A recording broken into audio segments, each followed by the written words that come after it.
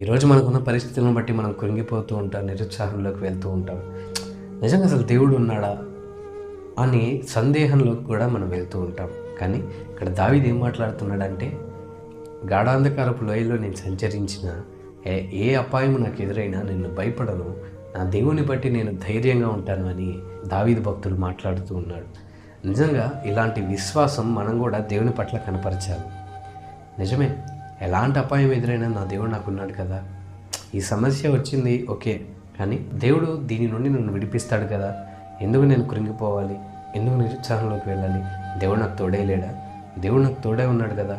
మనుషుల్ని నేను ఆధారం చేసుకుంటే నేను మోసపోతానేమో, కానీ నేను నమ్ముకుంది, నేను ఆరాధిస్తుంది నా దేవుణ్ణి కదా, నా దేవుడు నన్ను ఎందుకు మోసం చేస్తాడు అని మనం పూర్తి నమ్మికతో ఉండాలి.